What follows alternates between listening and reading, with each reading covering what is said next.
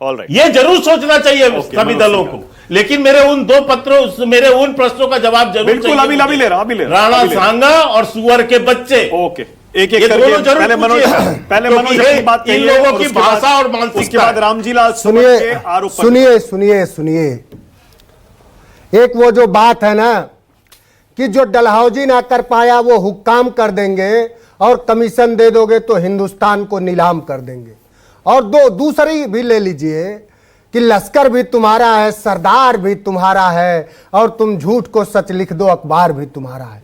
उत्तर प्रदेश में जो भ्रष्टाचार है, योगी आदित्यनाथ जी अगर न्यूज 24 देख रहे हो, न्यूज 24 अगर उत्तर प्रदेश में योगी आदित्यनाथ जी देख रहे हो, अगर उसी राजधानी में बैठे हो जिसमें आज अल सुबह दो युवाओं की गला काट के हत्या कर दी गई, अगर उसी राजधानी में बैठे हो जिसमें कल एक बेटी के साथ 25 किलोमीटर तक बर्बरता हुई, 7 थानों के अंतर्गत घसीटी गई और उसकी हत्या हो गई, अगर उसी जिले में बैठे हो जहां गाजीपुर में हत्या हो गई, अगर उसी प्रांत में हो कि जहां बनारस के एक प्रतिष्ठित विश्वविद्यालय में योगी आदित्यनाथ जी के साथ फोटो खिंचाने वाले दरिंदे एक बेटी को रात के 2 बजे तक घसीटे, अगर वो सुन रहे हो तो सुने न्यूज 24 के माध्यम से कि उत्तर प्रदेश के थाने में भ्रष्टाचार है, तहसील में भ्रष्टाचार है, रजिस्ट्री ऑफिस में भ्रष्टाचार है, जिला मुख्यालय में भ्रष्टाचार है, और तो और उनके लोक भवन में भी भयंकर भ्रष्टाचार है। भ्रष्टाचार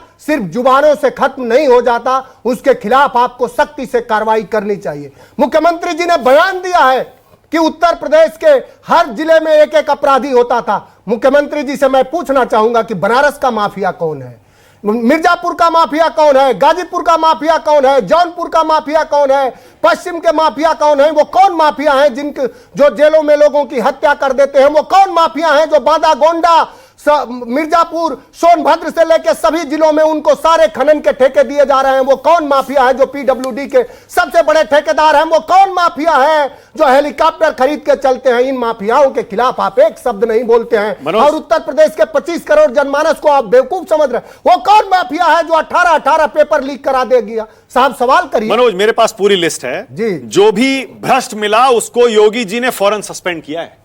मेरे पास ये आईएएस अफसरों की लिस्ट है, मुझे पता है आपके पास भी होगी। जो भी काम सामने आता है उसको फौरन सस्पेंड कर देते हैं, निकाल देते हैं फौरन। मैं तो ये मत कहिए कार्रवाई नहीं हुई। मैं भारतीय जनता पार्टी के तो किसी साथी से संवाद नहीं करता हूं, लेकिन कम से कम मीडिया के माध्यम से हम लोग एक नहीं अगर कहिए तो सैकड़ों भ्रष्टाचार आप चंदौली से शुरू करिए, हमारा जनपद उत्तर प्रदेश का सबसे बॉर्डर का जनपद है, और गाजियाबाद तक आइए।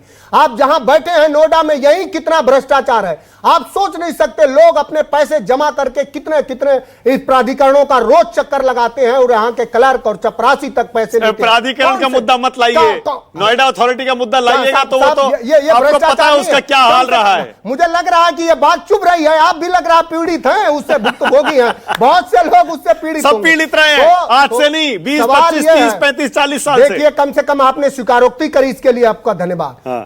हम सभी उत्तर प्रदेश के मुख्यमंत्री, वो हमारे भी मुख्यमंत्री हैं, वो उत्तर प्रदेश के 25 करोड़ जनमानस के मुख्यमंत्री हैं, लेकिन उनसे मैं कहना चाहूंगा कि अगर सिर्फ दरबारियों का आप सुनेंगे, इसी उत्तर प्रदेश के एक आईएएस अफसर का 50 करोड़ 100 करोड़ रुपया उत्तराखंड में पकड़ा गया, लेकिन किसी ने चे तक नहीं बोला, कोई खबर बाहर नहीं आई।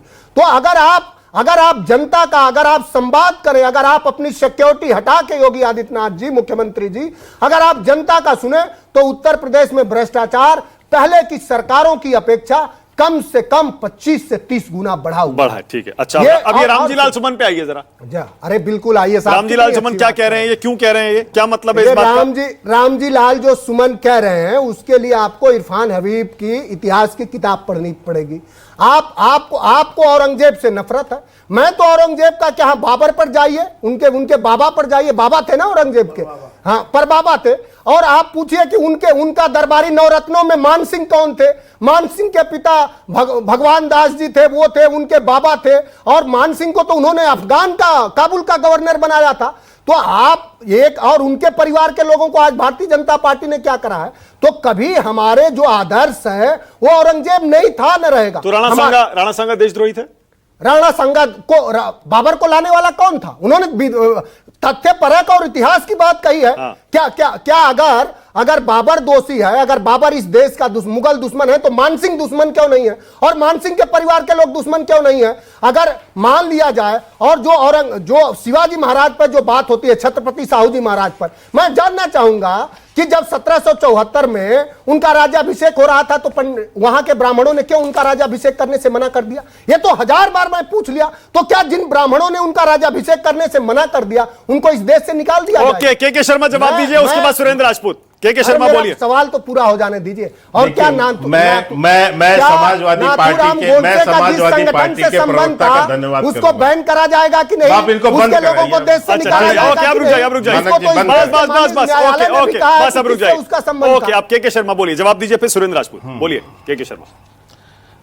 मानक जी, मैं कम से कम आज एक बात के लिए तो थोड़ा स्पष्ट हूं, और आपके पूरे कार्यक्रम की एक रिकॉर्डिंग में जरूर रखना चाहूंगा, क्योंकि आज समाजवादी पार्टी के प्रवक्ता ने आपके चैनल पर यह स्वीकार किया कि देश के जो महान हमारे वीर सपूत हुए, छत्रपति शिवाजी महाराज हों, राणा सांगा हों, या महाराणा प्रताप से लेके तमाम लोग, यहां पर बैठ के समाजवादी पार्टी के प्रवक्ता ने सबको गद्दार साबित कर दिया, और सबके ऊपर प्रश्न चिन्ह लगाते हुए कहा, अकबर के दरबार के नवरत्नों पर भी प्रश्न लगाते हुए कहा कि वो एक गद्दार हैं इस देश के।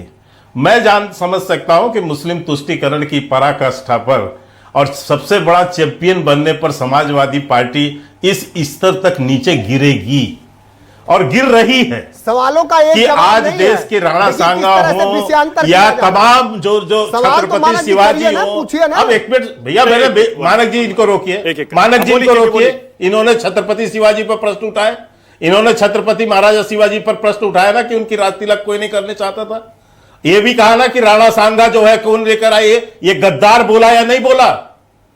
तो आज समाजवादी पार्टी जो है उन सभी हम जिसे वीर मानते हैं अपना, चाहे वो छत्रपति महाराजा छत्रपति शिवाजी महाराज हो, चाहे राणा सांगा हो, चाहे महाराणा प्रताप हो, या उसमें नवरत्न हो, महाराणा जिनको हम मानते हैं, उन सबको ये देश का गद्दार साबित कर रहा है। ऐसा गद्दार आदमी और इस स्तर तक, नीच स्तर तक गिरने वाला व्यक्ति, नीच स्तर समाजवादी पार्टी इतनी नीच स्तर तक गिरेगी, इतनी नीच स्तर तक गिरेगी।